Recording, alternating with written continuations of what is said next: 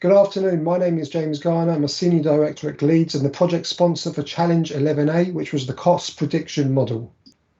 Hello, I'm just going to give you a brief introduction on the user stories and the problem statements. So as a cost manager, it's extremely important to have accurate project cost data as it forms the basis of our initial cost advice. We've identified 3 problem statements here, first being with regards to data collection, the second benchmarking insights, and the third, the cost prediction model. I'll now hand you over to Nicola, who will run through the task map.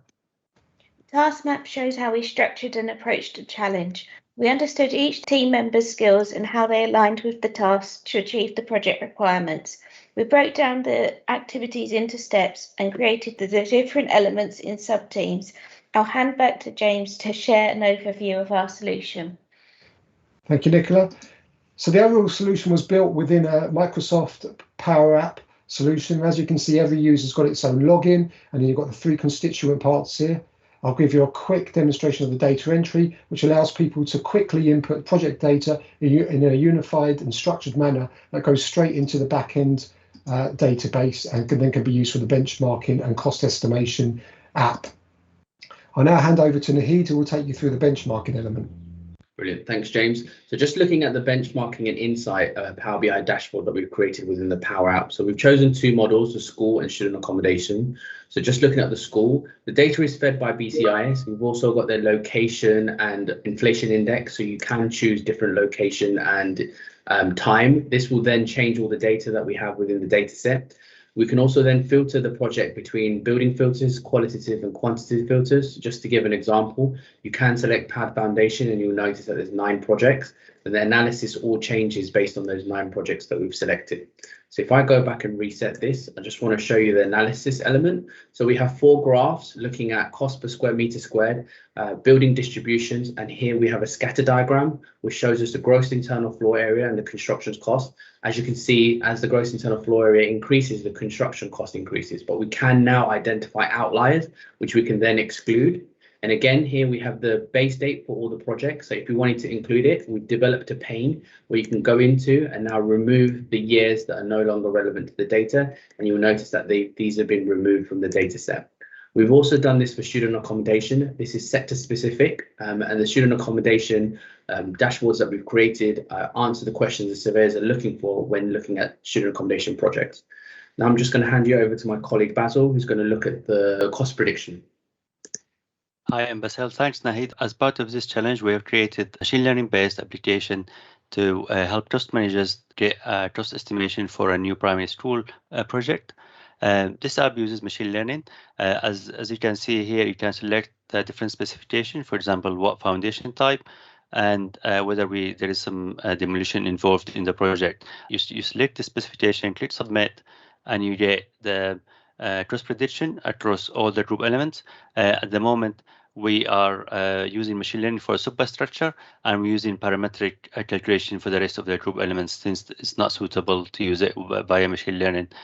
You also get the total cost of the project. We have plans to integrate more capabilities within this dashboard in the future. This is not done via Power BI, so it's not possible. And now I will hand over to Sheldon. Okay, so I'll quickly just touch on some of the ways which we can expand this challenge in the future. So we can aim to develop the machine learning algorithms further. We're going to try and expand the filter parameters within Power BI to increase the functionality. And ultimately, we want to increase and expand the data sources to increase overall data volume and associated quality of that data. I'll now hand over to James for him to round off our presentation. As a sponsor, I thought the team worked extremely well and got an awful lot done in a short space of time. The ability to focus was really important, and the ability to really get into the mindset of the sponsor and understand the use case was really important. They also took time to understand the data, understand what was and what wasn't possible, and to get it as clean as possible before starting the solution. I'll now hand over to Paul from BCIS, who'll give some insights. Hi, I'm Paul Burrows from BCIS. BCIS provided the data for this challenge. We're familiar with our data, but the skills and technology the team brought to bear shows a fresh perspective, new visualization, and crucially, improved insight and understanding. Back to James. Thank you very much. That concludes our presentation. On to a few questions that we've been asked. So the first question was, when it comes to solutions deployment, how would you get the latest data loaded into your solution? We feel we've got that built into the app with the data entry, which allows people to quickly put data or new projects in, which goes straight into the back end, which then allows you to use that within the benchmarking and cost estimation tools. Second question was, would it be possible to include allowances for external factors such as location? Again, we feel we have that built in.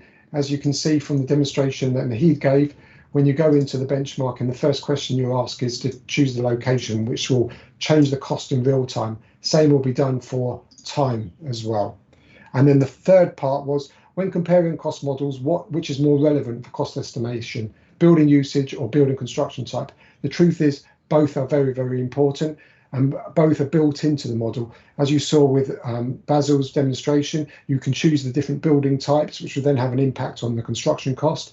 And then again, within the benchmarking, you will see that we produce two different dashboards, one for schools, one for student accommodation, recognizing that the building usage is different and there's different metrics involved with each one. As we develop this out further, we can have different dashboards for all the different sectors, such as infrastructure, hospitals, commercial offices, so everyone gets not a one-size-fits-all solution to their issue. That concludes our presentation.